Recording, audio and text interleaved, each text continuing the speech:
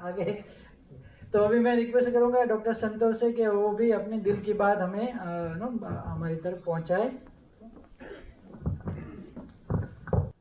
आप सब लोग थोड़े खड़े हो जाइए।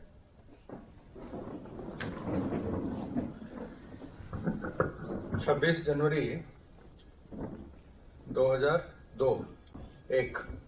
2001 में कच्छ में एक भूकंप आया था। 26 जनवरी को ही आया था। तो मैं चाहता हूं कि हम सब लोग 2 मिनट के लिए उन सब व्यक्तियों के लिए प्रार्थना करें जो कि उस भूकंप में हमको छोड़ के चले गए। तो उनकी आत्मा की शांति के लिए हम 2 मिनट का साइलेंस रखेंगे और फिर मैं अपनी बात करूंगा। ठीक है? 2 minutes, please close your eyes, stand straight so that we offer our heartfelt wishes, blessings and whatever we can for those people who left us on 26th January 2001 because of the massive earthquake that came to Kutch. आंख बंद कीजिए।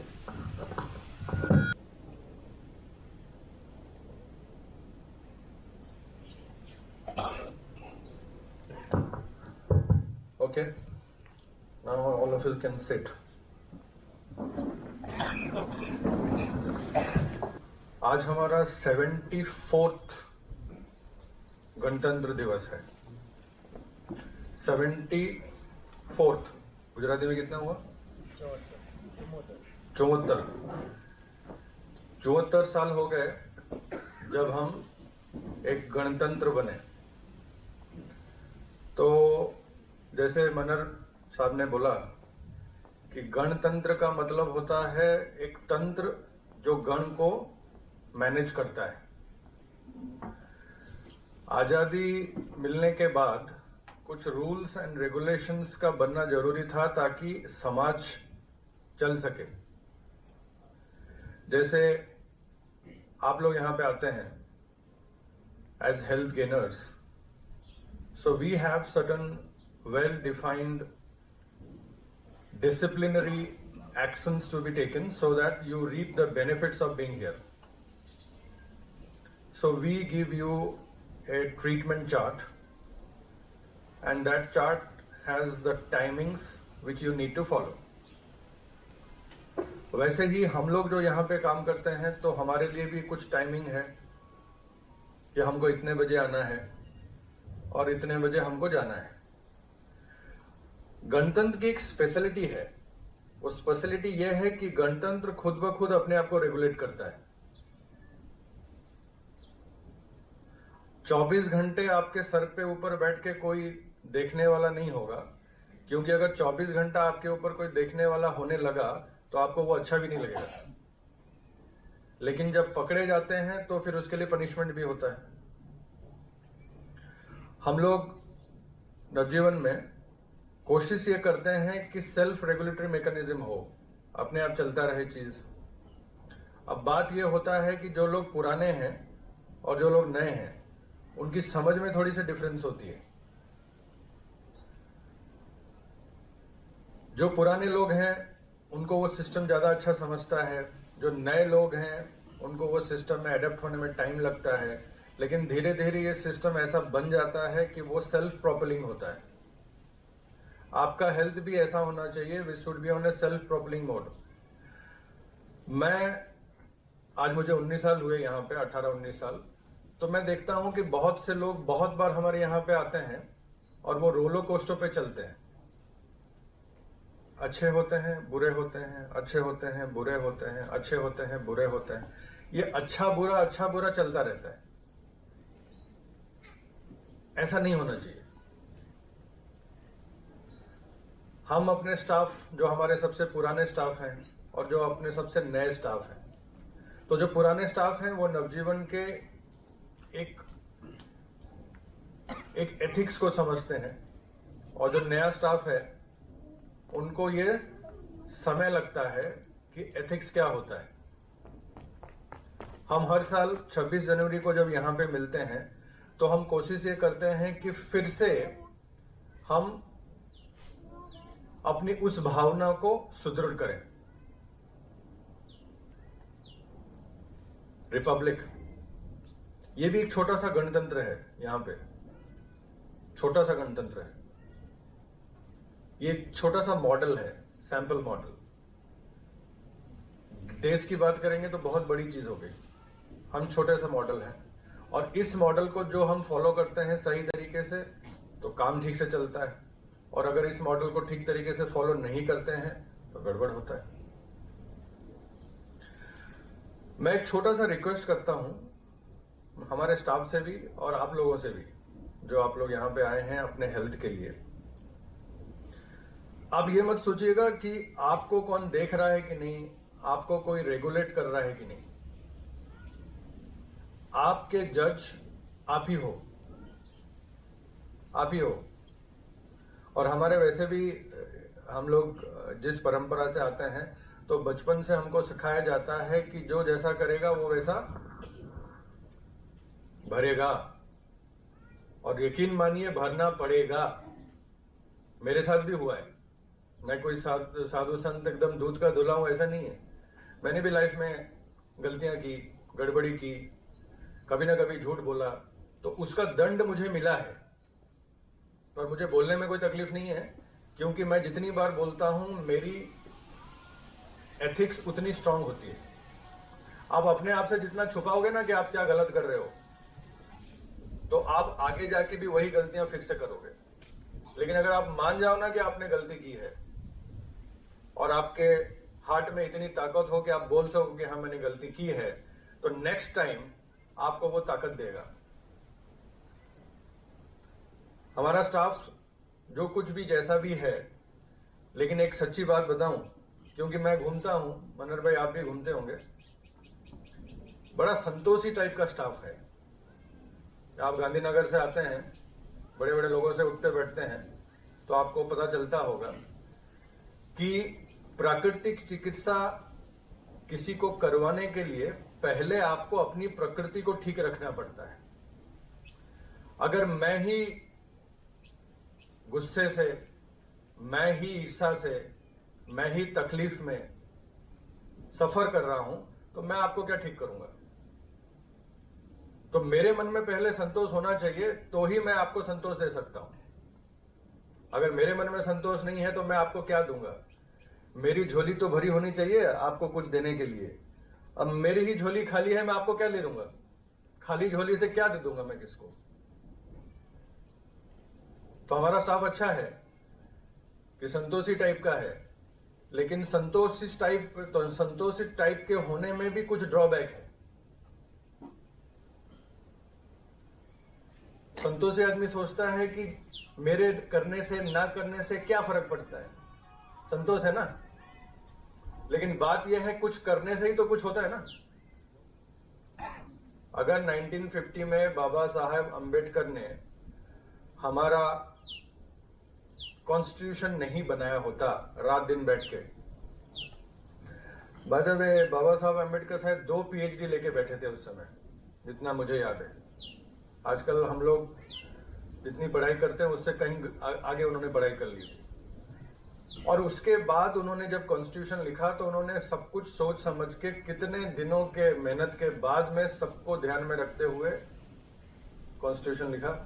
और constitution ऐसा लिखा कि वो सबके काम में आए, और आज हम लोग ये गणतंत्र हैं उसके हिसाब से। तो इतना भी संतोषी नहीं होना चाहिए कि आप इनएक्टिव हो जाएं। और दूसरी बात यह है कि अगर आप एक इंस्टीट्यूशन के लिए काम करते हैं तो आपको यह देखना है कि इंस्टीट्यूशन का जो मानदंड है, मानदंड यानी इंस्टीट्यूशन की जो एक लेवल है, वो लेवल हमारे हाथ में है। बनाया 100% किसी ने, कंसीव किया किसी ने, लेकिन चलाने वाले तो आप ही हैं। चला कौन रहा है? चला आप ही रहे हैं। और आपको इस बात की बड़ी खुशी होनी चाहिए कि हम चला रहे हैं। आपको खुशी होनी चाहिए इस बात की। और जब तक जहां पे भी हैं, make it count, make it count. आप कहीं पे भी हैं, आप गार्डन में हैं, आप किचन में हैं, आप ऑफिस में बैठे हैं, लेकिन जहां पे भी आप हैं ऐसा लगना चाहिए कि आपने कुछ किया।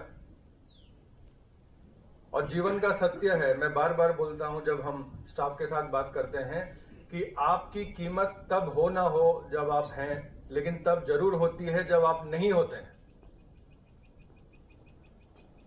जब आप नहीं होते हैं आपकी कीमत कुछ ज्यादा ही होती है, क्योंकि हम फिर कंपेयर करने लगते हैं।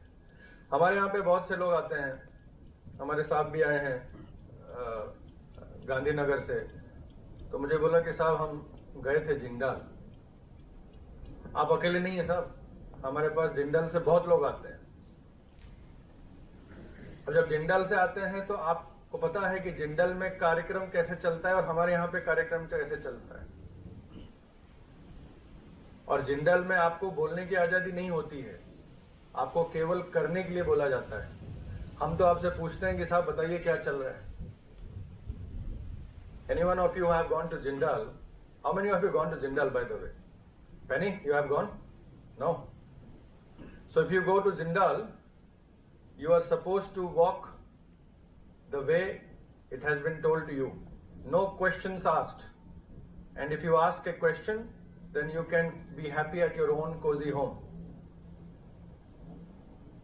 अब बात यह है कि प्रश्न होता है तो उत्तर आता है, तो उसमें अच्छा लगता है और विश्वास आता है।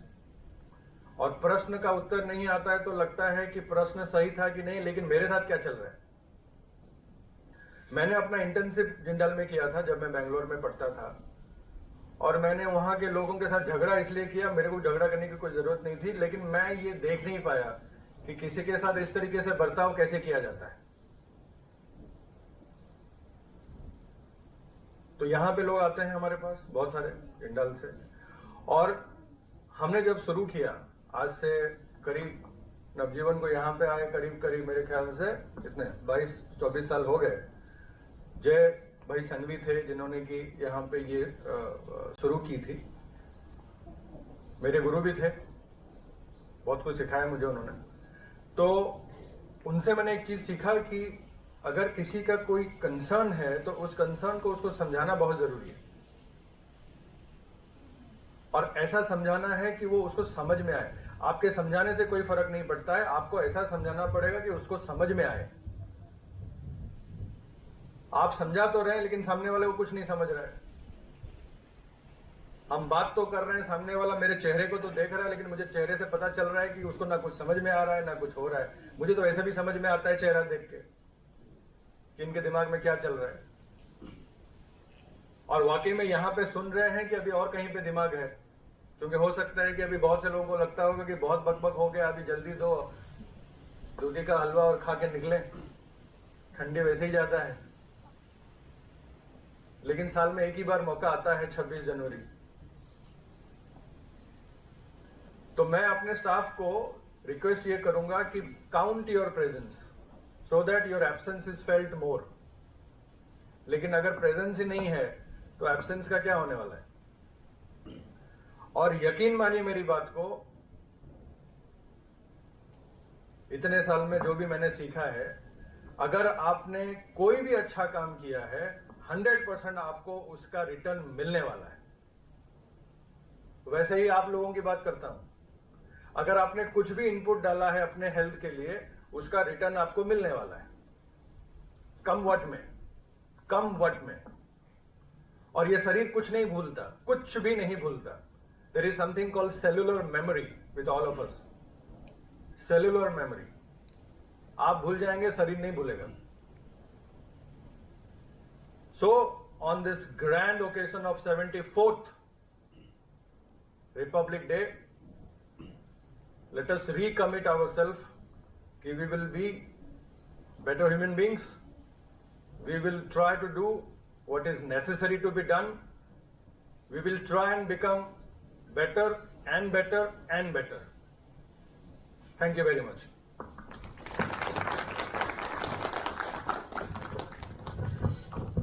Thank you very much sir.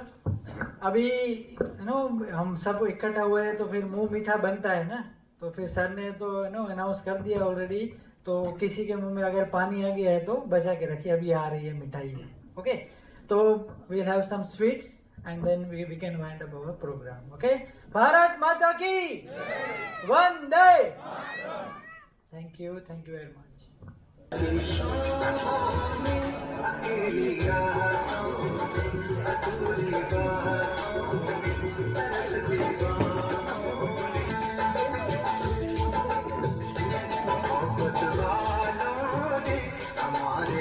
ये वीडियो है।